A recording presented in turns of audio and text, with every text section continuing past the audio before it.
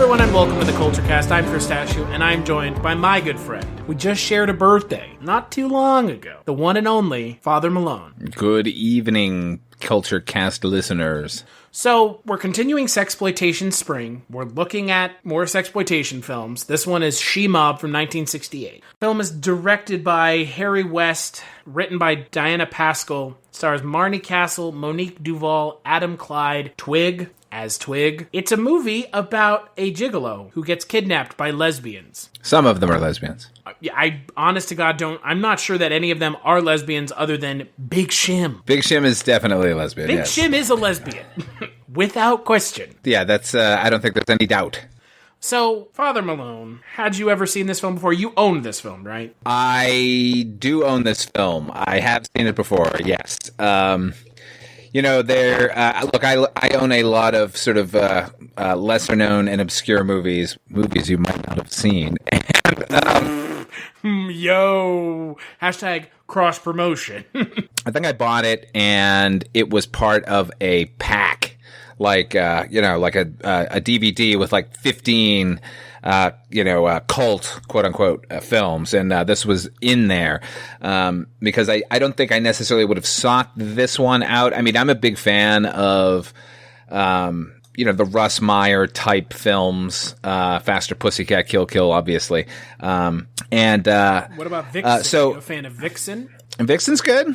Vixen's pretty good. It's pretty good. I mean, well, that's the thing. Rewatching it now, I couldn't help but feel like, watching this as part of the same genre that Russ Meyer stands encased in, it makes him look like John Cassavetes or like, John Ford or something.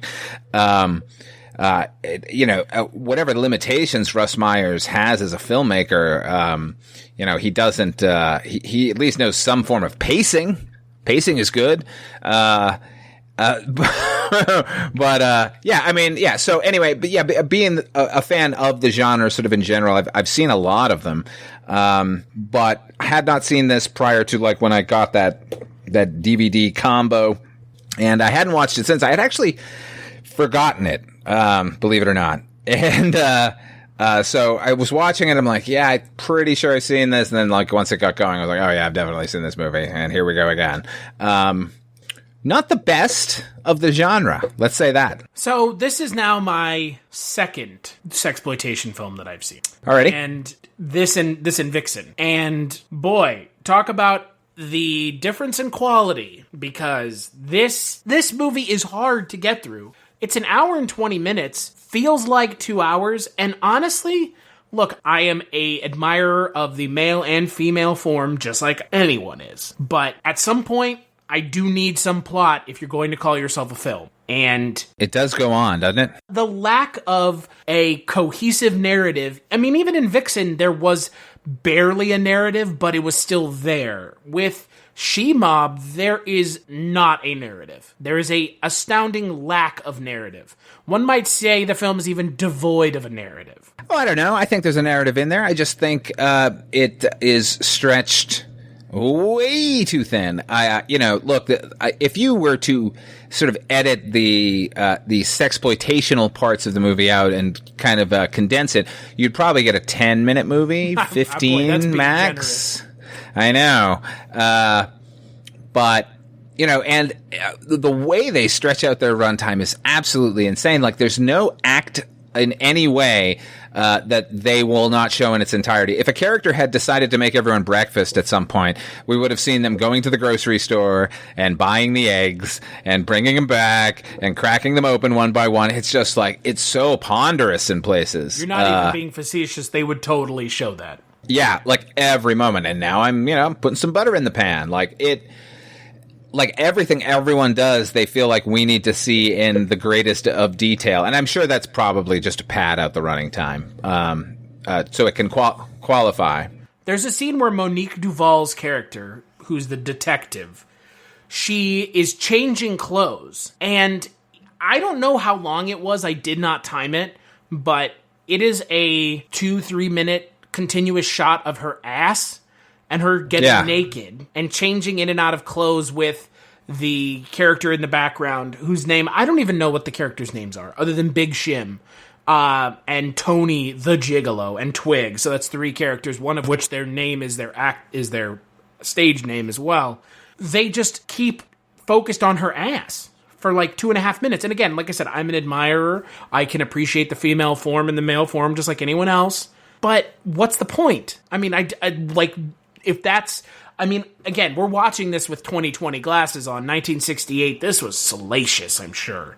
I mean, oh yeah, this is trash cinema, grindhouse flick, showing at porno theaters. Like, okay, I get it. But unfortunately, 2020 glasses on, okay. I mean, how long do we need to see this go for? Clearly, the whole sort of sexploitation genre popped up, for lack of a better term, in the 60s when it was decided that, sex and obscenity weren't necessarily the same thing. It seems as a genre to, as you said, these played in mainly like grindhouse theaters, where, movies would just be playing nonstop. So that's, there was this definite need for content such as it is. And, this afforded, I think, regular folk who were too frightened to go to a porn theater to kind of get their kicks. And so, this movie is nothing if not a vehicle just to get women naked as much as possible. And boy, don't they. But, it's funny because, all right, I'm of two minds, which is, did you ever see there was a movie in the early 90s, it was called Mistress, starring Robert Wuhl and Robert De Niro and Jace Alexander and Eli Wallach. It was about this independent filmmaker who was getting his chance to make a movie, but everyone who was going to give him money wanted their girlfriends to be in the movie. And at one point he visits this character played by Eli Wallach, who was an old-time sort of Hollywood guy who's sort of washed up now.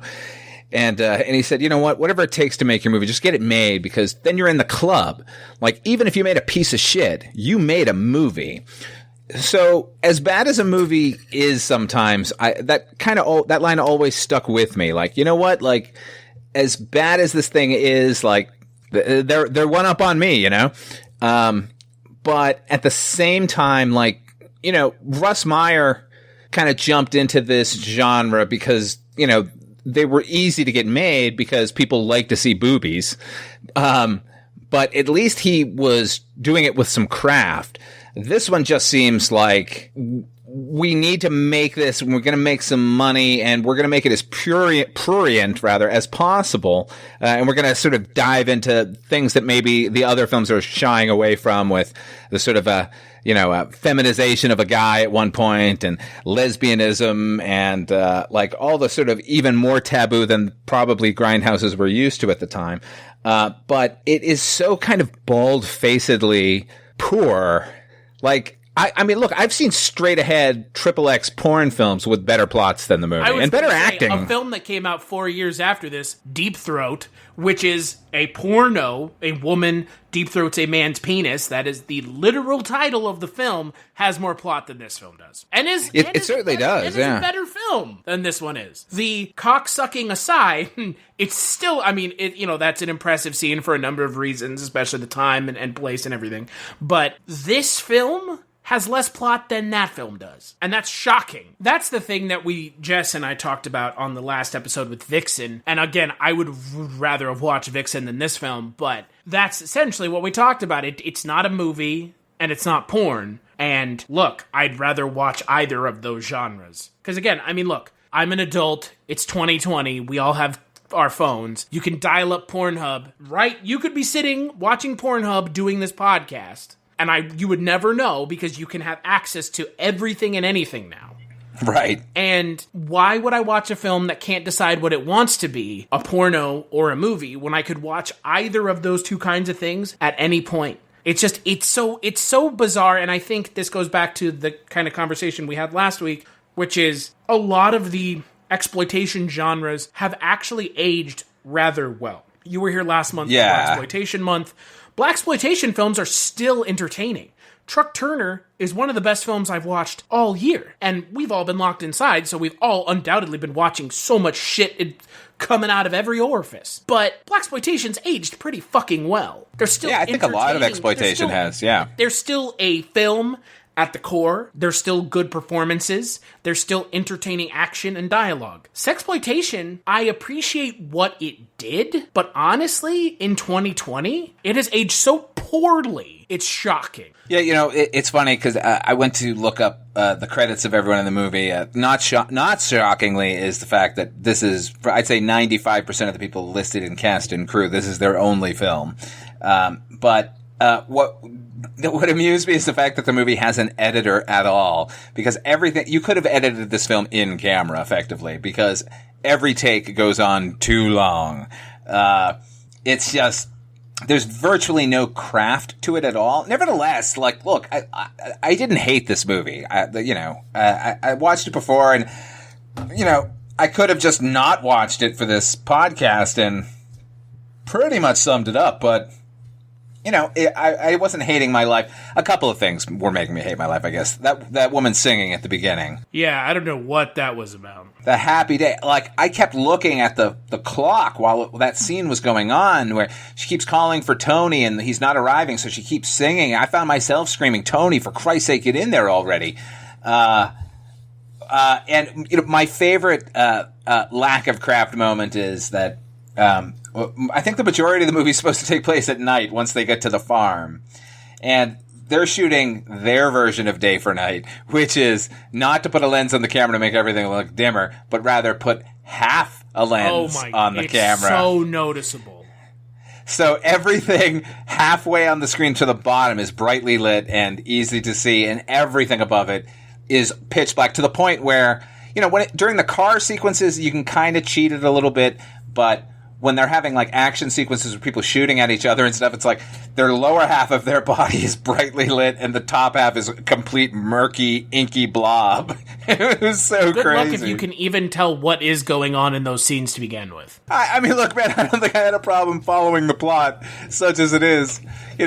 These four ladies kidnap this guy, want money. My favorite line, by the way, let me just throw it in, after they go and they do the drop where the agent has gotten hit over the head and they've taken the shoebox full of money. She walks in and goes, "Well, we're rich." Okay. I don't know. Well, considering the fact that most of the lines in the film are also seemingly ADR, man. Which is shocking that they had any money to do it. I know, look, I don't know what the budget of this movie was, but it was small. I'm sure they made their money. I mean, I'm sure it was a success, right? Although, it doesn't seem like anyone went on to do anything else. Well, I mean, again, what are your credits going to be? A movie called She-Mob where you play maybe a lesbian, but probably not? Yeah. You could have built up from there. Santana. That's fair. Santana went on and had a career, But again, she was in a movie that gave a shit beyond just the titillation, Russ Meyer is one of those guys, you can tell, he's way into the sort of exploitation aspect of it, but he was also kind of interested in entertaining everyone along the way. And this one kind of falls into like any genre, there are sort of multiple subgenres.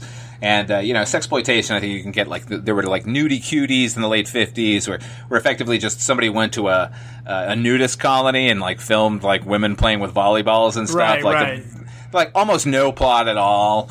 There's that, in which, nudie cutie is kind of an interesting term. I mean, at least an appropriate term, because it's so gentle in its approach. This one fell into a category that came known as the roughies, Roughies, roughies, where this was a little different in that it's basically women committing violence against other women and men, whereas most of the roughies were violence against women. But it's still kind of in that genre where we're having naked fist fights and. They're whipping that guy at one point. I don't know. none of this is shocking to me or like sort of off the board, sort of sexually, whatever, makes one happy. But like, just do it skillfully, for Christ's sake. Yeah, that's one of the things I didn't get is they do have these kind of scenes of quote-unquote taboo within this taboo film. And, I mean, in a film like Vixen from the last episode, you have women engaging in lesbian sex, which at the time, that's taboo. You could make the case that for some folks, it's still taboo. Whatever, fine, be a prude. But in this film, you have ostensibly, like we've mentioned, 4 lesbians. There is no lesbian sex in this film. Like, not at all. It's all just sort of hinted at. Though it's a film about 4 lesbians. Right. So it's described. I mean, look, they all seem to be into this guy except for the one girl. So, maybe the box art or the posters are lying to us that, we're supposed to believe it's... Because, look, I read the description, and like I said, I did not necessarily remember having seen the film, even though I know I owned it. I was like, oh, wow, like a lesbian gang, like, on the rampage. Like, yeah, I'm looking forward to this now. But that was not what we got at all. Yeah, I mean, again, it's not like I was clamoring for lesbian sex. Again, if you want to find lesbian pornography, it's literally one website or one Google search away. So it's not like that's what I was in it for, but my issue is you have characters in this film who are lesbians, and I would not have known they were lesbians aside from the fact that the film's description on IMDb tells me that. Yeah, and it goes hand in hand with the rest of the problem. It's like, it's not titillating enough. It's not plot-driven or action-y or work as any kind of film, and it kind of like hints at these sort of taboo things, but never really delves into them. Like, even the simulated sex is just kind of boring. Right, and it's just kind of embarrassing. Like, I feel bad for the actors that they're having to pretend to have sex because they're adults just like you and I. They ostensibly more than likely should know how to act and pretend to have sex, and they don't even seem to understand how to do that. And I'm not sure whose fault it is. I'm going to lean into it was more than likely the writer and director's fault, considering how the director of this film it's uncredited. He didn't even want his name attached to this film. Can't imagine why. Look, I'm not going to say I hate this movie, but it's not a matter of hate. I mean, it's not a good film. Yeah, that's funny. Like, people talk about, and I've probably said this before on different other podcasts, but like, when people say like, oh my God, this was the worst movie ever made, no matter what that film happens to be, it's like, but you sat through the whole thing. If I haven't turned a movie off, then I don't really necessarily hate it. You know what I mean? Like, it has to achieve a level of, not one more second. Sorry. I'm not going to waste another moment of my life on this thing. That to me is a hated film. So yeah, I mean, look, this movie, it can't even muster hatred. It's just kind of there. Some of the girls are cute. The bodies look good, I guess. I think the private eyes, silvery Barbarella outfit was kind of hot. Like, look, I enjoy seeing black sheer underpants on a woman. Who doesn't? Yeah, and you're going to get that, but like not in any more demonstrative way than you would have just seen it in a skin mag at the time. Like, just because she's moving around a little doesn't make it any better because she's really not doing anything sexy in it. No, and that's the issue. Is again, I don't understand how this or what this could be a replacement for. I mean, look, if it came to your town and this was the only outlet, then I get it. But, by 68, like, there were, like, mainstream movies, not as naked, or not to use the term naked, but not as nakedly sort of overt, with the titillation, but, certainly anything, I guess Warhol didn't really start until the early 70s. No, he was already making films by now. Look, there were other sort of films in the genre that you could have pointed to. This is just, I don't know. It feels just like a cash grab and not a whole lot more. No, it completely does. It feels like a film that exists to get people to show up because, oh my god, it's a film about a gang of lesbians. And then you go in and you're just disappointed when you leave. I mean, look, I don't think anyone was expecting full-on girl-on-girl action. But something more than this would have at least been, like you said, mildly titillating. This is not even mildly. This is just, I mean, again, there's breasts, and that's it. And again, at the time, that was probably more than enough, but that's not more than enough when you're billing yourself as a film, not as a pornographic film, as a narrative-driven film. Yeah, and you got to understand also that, like, at the time, like, a grindhouse, as I said, they were showing films all day. So it's not like somebody showed up for this particular feature. It was you paid your money, and then you could sit there as long as you wanted to and see everything that, that they had. And then, they would repeat them. It would, be a couple of days of the same program, I think. So it's not even as if they were rooking anybody by promising them something and giving them something else. It's just that, I don't get it. This, I don't know.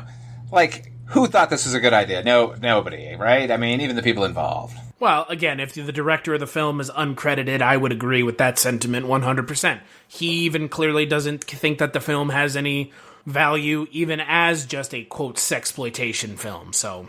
And look, there were people in 2020 who probably liked this film, unironically. But my response to those people, because they showed it at Fantastic Fest like 3 years ago. And Fantastic Fest is, I believe, put on by Alamo Drafthouse, which... whole nother bag of problems. Right, so then they are really just enjoying it ironically. Yeah, they're enjoying it ironically and telling everyone how great it is, and it's like, go fuck yourselves. Yeah. We found this hidden gem. This is not a hidden gem. This film exists to be a fossil of a bygone era where people didn't even need plot. That was the assumption, but you know what? They do. Even if you're going to go watch a titillating film, you can have a plot. You don't have to treat the audience like they're stupid or like they're a bunch of Luddites who just want to see big boobies. Yeah, I mean, it can easily be done. Like, a couple years later, the whole women in prison genre kind of sprang to life. And, as there's clumsily as many breasts made in this film as there are in Black Mama, White Mama. Yeah, but that movie's fucking fun, man. Like, you've got like actors like doing the work and directors delivering the action, and and whatever sex, it's simulated. I mean, it's a feature. It's not a hardcore film. Like, it looks good. Like, it turns you on. This, like, it starts to. It's almost like it's like the first scene in any of those movies, and then you stretch that first scene out for 7 or 8 minutes. Like, oh, I'm taking off my clothes. Okay, cool. What's next? Still gonna take off my clothes for the next 8 minutes. Yeah, what was one of the most surprising things for me was I was watching the time counter, like the timestamp for the film, and at 33 minutes is when something finally happens, and the movie's a third over at that point. Yeah, I mean, I did the same thing at the end, like, after these girls have been gunned down and the Tony and the Private Eye have gotten away, and like they go to her, they're at her apartment, and I thought, oh, okay, good, wrap this up. And then, like, I looked, and I was like, oh, my God, there's still, like, 10 minutes left in this movie. How is this possible? And there were 14 minutes left.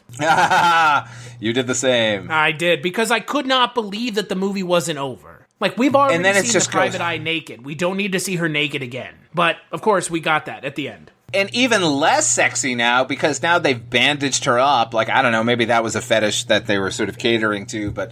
It's just, and then it's all clumsy, and then like just close-ups of them kissing. Like, I don't know, man. And it's filmed in ostensibly what looks like a closet or a very small room in the back of someone's trailer. Yeah, they got there, and I'm like, oh my God, where the hell are they? Like, they need to get out of there. Like, oh, it's supposed to be his place. Oh, okay, all right. I did like the LP record holder he had in there. Like, I think that's the only thing I can sort of recommend from the scene. There's like a pole with the with the little shelves going up. I was like, well, that's pretty cool. Yeah, I'll just look at that. Yeah, it is funny to me that something like Fantastic Fest, I believe it was actually Fantastic Fest 2019 showed this film. Like, good Lord. Like, this movie has no right being shown in 2019 at a film festival. If, like, why are you showing this? There are so many better sexploitation films, I'm sure, including Vixen.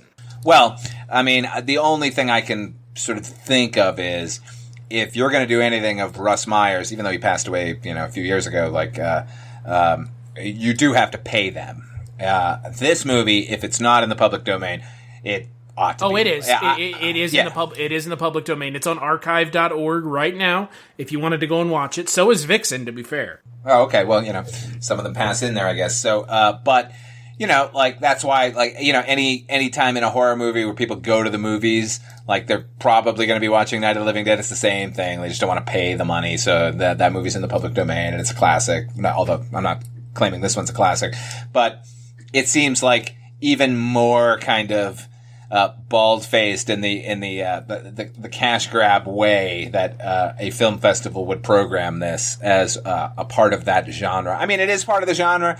It maybe deserves to be seen just sort of as a curiosity, but it's certainly, I can name movies off the top of my head in the sexploitation genre that I would rather put into a festival that I would be proud to show people.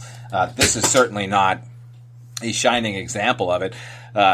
Look, if it was the end of the festival and I wanted everyone to leave the theater, I might put this one on. Well, and that's the thing. I mean, again, places like Alamo Drafthouse, and look, I'm never going to work with them again for a multitude of reasons, namely their inability to wrangle in their quote-unquote regular customers at their original location in Austin from sexually assaulting their waitstaff, but, among other things. But Alamo Drafthouse and Fantastic Fest, I can't, it's unconscionable that you would show this film, frankly. Like, unless you're just showing it, like you said, to either get people to leave or to give people a laugh, but that feels unnecessarily cruel for some reason. It seems also disingenuous as filmgoers to show movies, ironically, at least for me. It's like the lowest form of film going. It's just like pointing and laughing, like, oh, look how inept this is. Like, you know what? Go make your own, moron. Like... Well, yeah, I mean, look, ultimately, you and I did not, I don't think either one of us are giving this film a glowing review, but at the same time, I think we've approached it objectively, which is what the film deserves because it's a film. Some folks worked on this film and released it, and it's an hour and 20 minutes, so it is a film. It is not a short feature. It is a film. Yeah. Oh, you know what? Let me praise it in one way. I like the music in it a lot, but then, I'm sort of a fan of that era of library music. But this is a pretty heavy jazz score, but I thought it was good up until the end where it sort of went into this kind of romantic fantasy kind of music. But like up until then, it was pretty hard boiled and fun.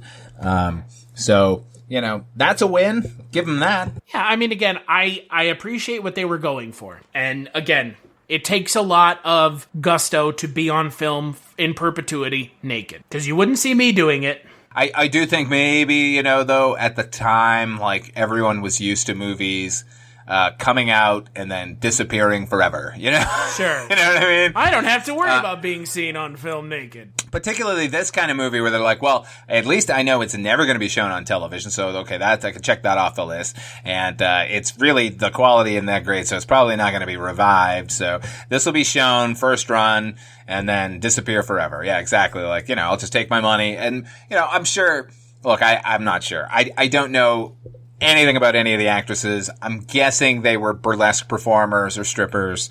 Generally that's where the rank and file for sexploitation movies ended up coming from. So it wasn't as if they were unused to disrobing, for an audience.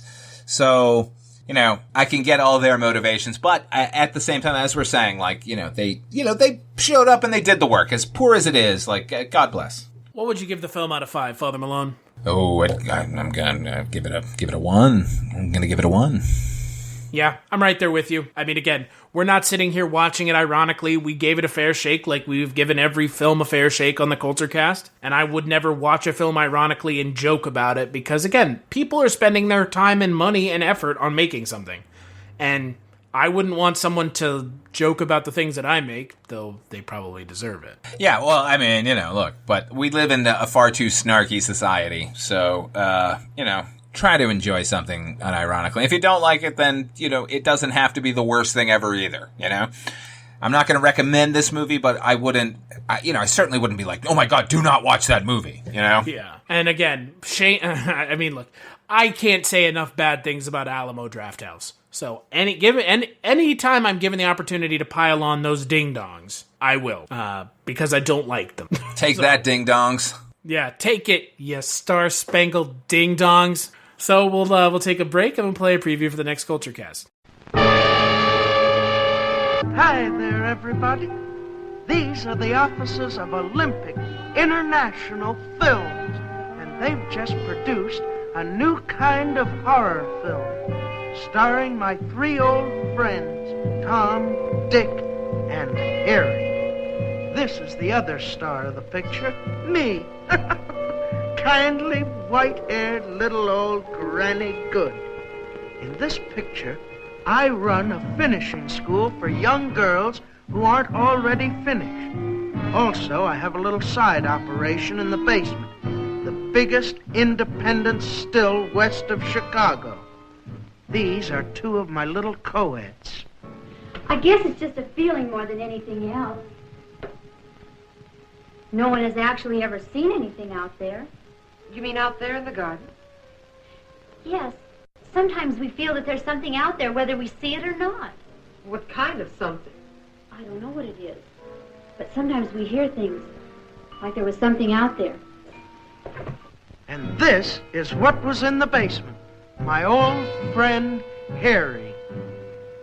And these are some of my little co-eds on their way to class. This picture's just full of class, or something. In this scene, I'm tutoring one of my honor students.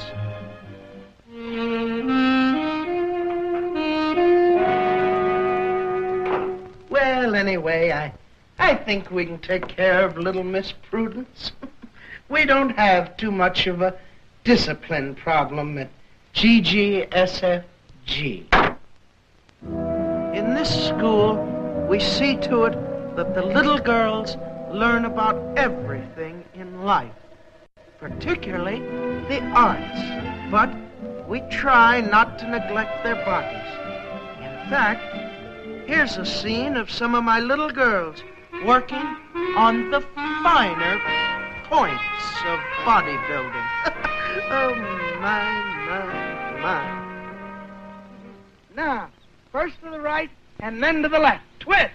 1, 2, 1, 2.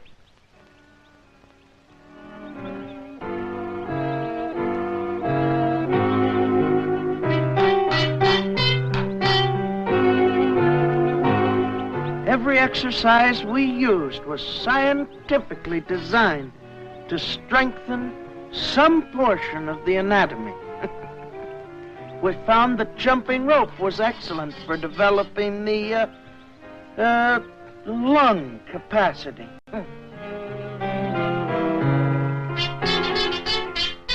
This dainty little girl was in school on a football scholarship.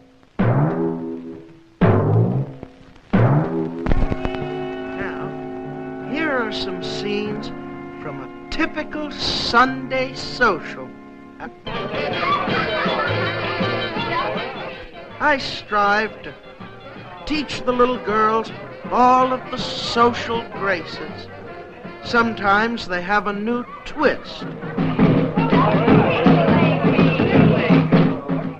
As you can see, everybody has a real good time at Granny Good's house on Bear Mountain. And you will too when you see it at this theater in a few weeks, if the cops don't get to us first.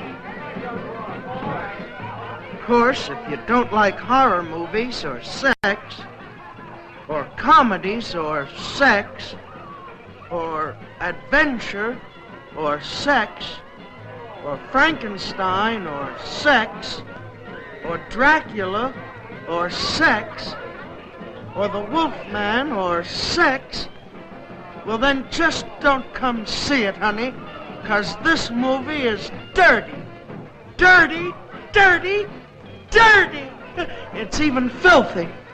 That's right. On the next Culture Cast, we are going to be talking about House on Bear Mountain. It is a sexploitation horror film. So, that's a thing. We'll see. Could be good. I'm going to be joined by Jess Byard and Richard Haddam. Big Rich from the West Coast, as they like to call him. Until then, where can people find you, Father Malone? You can check me out over on my YouTube channel, OughtFiveFilms, OughtFiveFilms. I have lots of, I got a lot of stuff now. Thanks to quarantine, I've gone a bit cuckoo with the content. Go check me out over there. You can also hear me over on 2 other podcasts with you, Mr. Stashu. Hear us on Chronicles from the Crypt, the Tales from the Crypt podcast.